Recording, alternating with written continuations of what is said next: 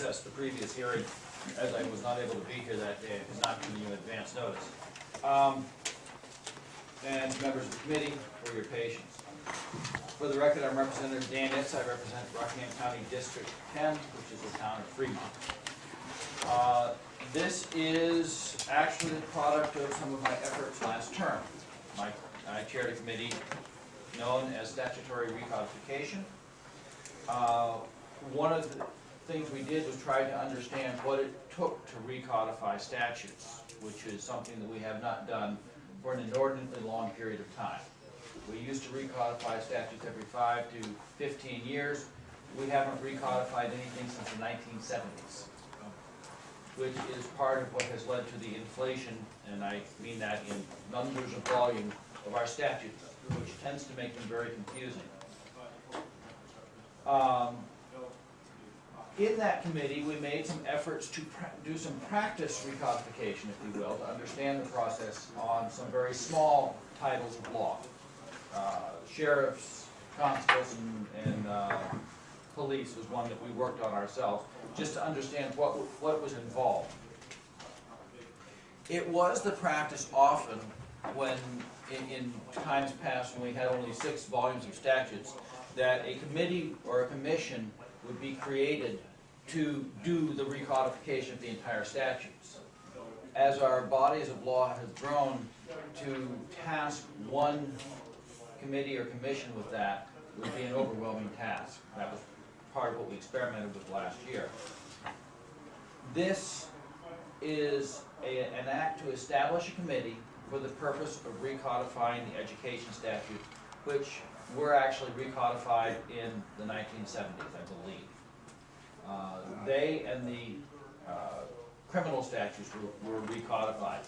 Nothing else has been recodified since 1955. But as I'm sure you are aware, the nature and, well, the character of our education statutes, our education requirements, have changed substantially over the last 40 years. And as such, it means that we are carrying a lot of dunce statutes that just perpetuate on. And I believe it is in the best interest of the people to go through and clean them up. One of the things we found in some sections of law was that you just had statutes pointing to other statutes that didn't exist anymore. We don't need that statute. We had, statutes to execute something by a date certain that has gone past some 20 or 30 years ago. We don't need that statute anymore. All it does is make the books thicker. In talking to some lawyers I'm associated with, they would not want us to renumber so statutes, because for them, when they do legislative research, it's valuable to see the pointer to the previous statute, now repealed, that just says it was there, this is where it was. If you want legislative history, go back to an earlier volume.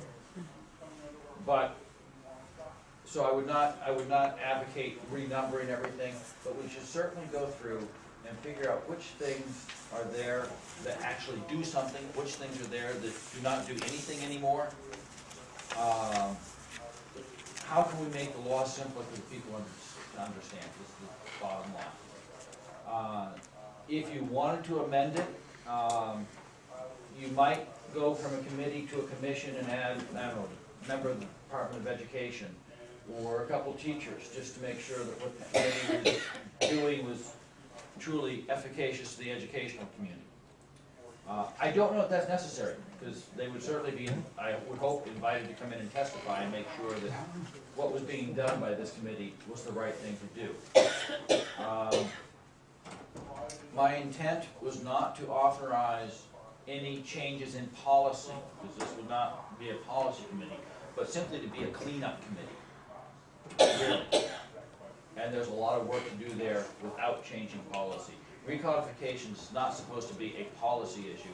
It's supposed to be a cleanup and simplification issue. I'd be happy to answer any questions. Thank you, Madam Chair. Thanks for taking the question. The problem is, there's 814 pages here. Probably one of the biggest books we have. And I don't see how we can do this by November 1st, 2014. And also, do you think who would volunteer to be on this committee? I'm sure you would. If you think the date is inappropriate, then amend the date to be something you feel is appropriate. That's certainly within your power. You know, this doesn't have to be done by November 2014. It can be done 2 years later.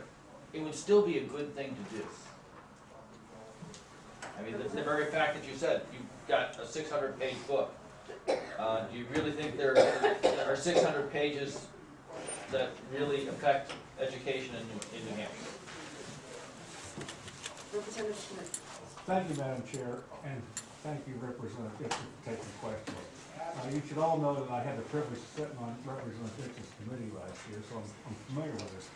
But my question is, in our various areas of law, what area has the most pressing need? Does the education law need the most codified? Because my sense last year was that the biggest mess was in environmental law, so it was all scattered around.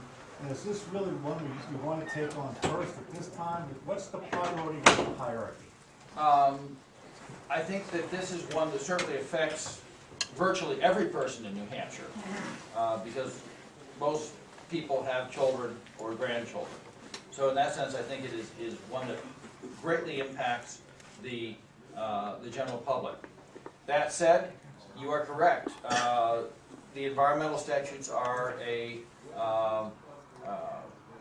definitely problematic because there is actually no environmental chapter. That is why I introduced a very similar bill to resources and I think it's Resources and Economic Development that received it. Unfortunately, it was scheduled at the same time as this bill was 2 weeks ago, and I missed that one as well, and it has not yet been rescheduled. But yes, I think they're both very important for different reasons. Representative Marlin. Thank you, Madam Chair. Thank you for taking my question. So, just to make sure I kind of understand what you're saying, is your definition of recodification one of really editing? You might call it, editing would be a reasonable thing to call it. It's going through, making sure that every law is actually functional, making sure that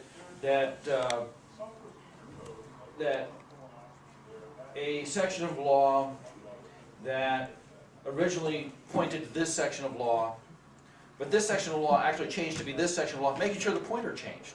I mean, there's a lot of, there can be a lot of inconsistencies in our statutes as they progress, and there's been 30 years of permutation. And so, and again, the number of things in our statutes that are really expired statute that, because they're passed, no longer have any effect, make it more confusing and less obvious when something gets out of whack. Representative Bohm and then Representative Garnier. Thank you, Madam Chair. Thank you for taking the question. Yeah, like you mentioned, we have 814 pages of Right. legislation, but we also have, I don't know how many thousand pages of rules that point to the legislation, which makes it even more. I agree, because I've gone through here and I said, what the hell is this doing here? Yeah, but, yeah, I mean, it needs to be done, but I see it maybe being done as maybe giving the job to a law school or something. But I think a committee here doing it, I don't think it's gonna get done if we even do it. There's so much.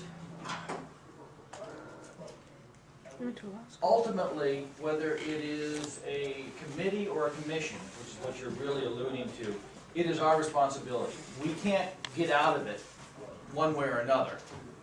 Whether you have a commission in order for the purpose of deferring some of the actual legwork to other individuals, or whether, as our committee did last term, for some of our recodification, we brought in an intern to do a lot of our legwork. What we did actually was we worked on going through the statutes to find statutes that were simply expired. And so we had a fellow from, actually it was Jared Bederick, Jason Bederick's brother, completing his law degree. And he was going through the statutes for us and identifying laws for us that we could remove that would not affect anything, you know, like the law requiring the state to, requiring the Attorney General to engage in a lawsuit regarding the border with Maine in 1991. It doesn't need to be there anymore. Representative Graner. Thank you, but my question is answered. All right, seeing no further questions, Representative Itza, are you also willing, if this bill should pass, to have your committee take on this responsibility? My committee, Either as a commission or... my committee doesn't exist anymore. In the broader sense of the question, I'm sorry, I missed that. in the broader sense, yes, although it should probably be, would it, if I were in the position to make a recommendation, I would recommend that a member of our committee be on the committee, because if we were to try by that committee to attempt to do all the recodification necessary, you're talking about decades of work. Yeah, that's exactly. So what I one would hope we could divvy it up between multiple groups of people. Thank you very much for your testimony. And we'll call on Dean Mitchell.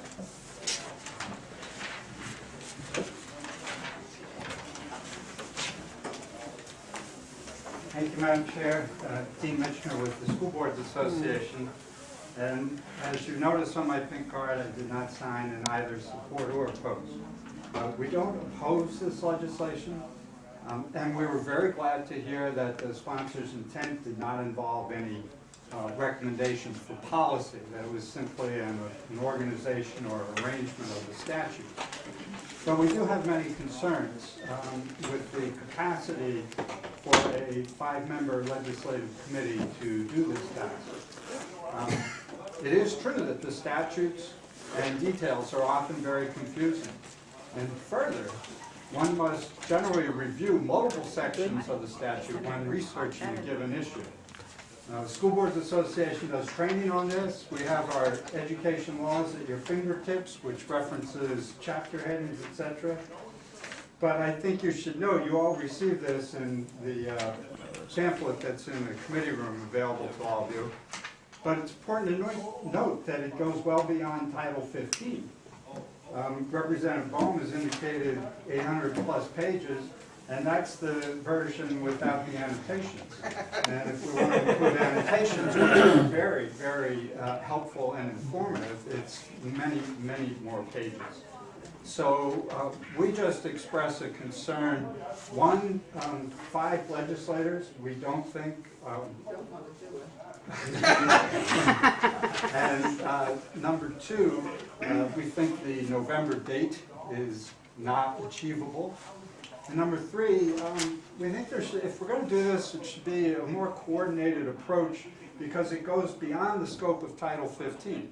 As we work with school board members and our administrators, we have to be aware there are a lot more statutes. And in your education law book, it's not just Title 15 in there, because you have to be referring to Title 40 for the Senate Bill 2.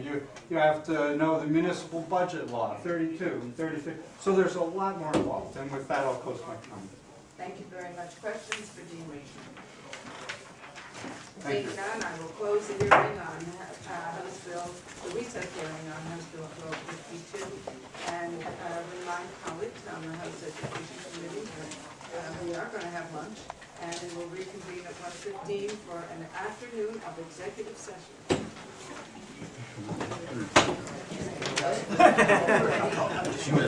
Please help yourself to the cooking.